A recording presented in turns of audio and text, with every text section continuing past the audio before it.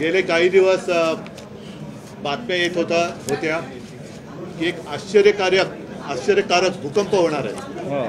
आम्ही सुद्धा विचार करत होतो की आता भूकंप हा आश्चर्यकारक कसा असू शकतो, आणि तो भूकंप आज काय आहे तो संपूर्ण देशाने पाहिला।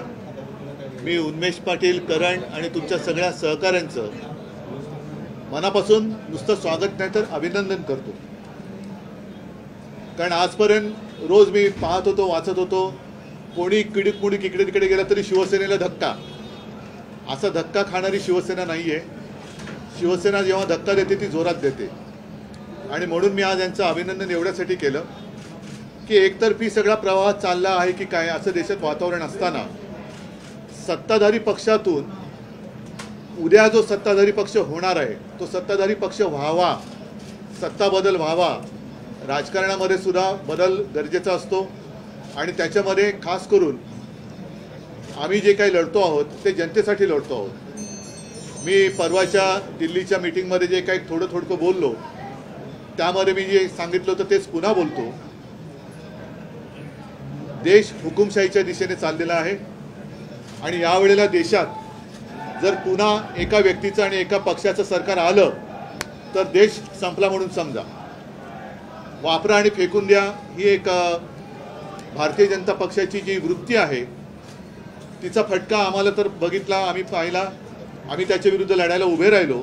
पण आता त्यांच्या पक्षातील कट्टर निष्ठावान ज्यांनी अक्षरशः रक्त आटवून घरदार कुटुंबाकडे दुर्लक्ष करून जिजून पक्ष बांधणीसाठी, पक्ष रुजवण्यासाठी मेहनत केली, त्यांना सुद्धा आता फेकून देण्याचं जे एक धोरण भाजपाने अवलंबलं आहे त्या विरुद्ध एका निष्ठावंत कार्यकर्त्यांनी त्यांच्या असंख्य सोबत्यांसह, मी तर म्हणेन ह्याला खरं बंड म्हणतात, कारण आमच्याकडे जे झालं ती गद्दारी होती।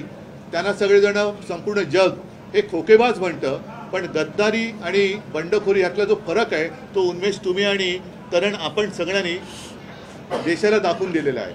आणि आता साहजिकच आहे जळगाव मतदारसंघ हा शिवसेनेकडे आहे। आजपर्यंत आम्ही तो मित्र पक्षाला म्हणजे भारतीय जनता पक्षाला देत आलो होतो, त्याच्यामुळे गेल्या वेळेला आमच्या दोघांचे उमेदवार उन्मेषजीच होते। निवडून आल्यानंतर त्यांनी अतिशय चांगलं काम केलं, आणि आम्हाला एक असं वाटत होतं की जळगाव आपण घेतोय पण उन्मेष तिकडे असतील तर बाबा कार्यकर्त्याच्या समोर लढायचं कसं।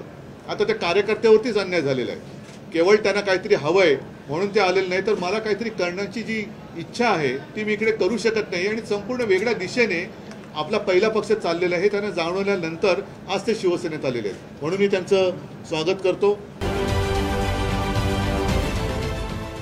देश विदेशातील प्रत्येक घडामोडींचे लाईव्ह अपडेट मिळवण्यासाठी आता साम टीव्हीच्या सर्व सोशल मीडिया प्लॅटफॉर्मला लाईक, फॉलो आणि सबस्क्राईब करा।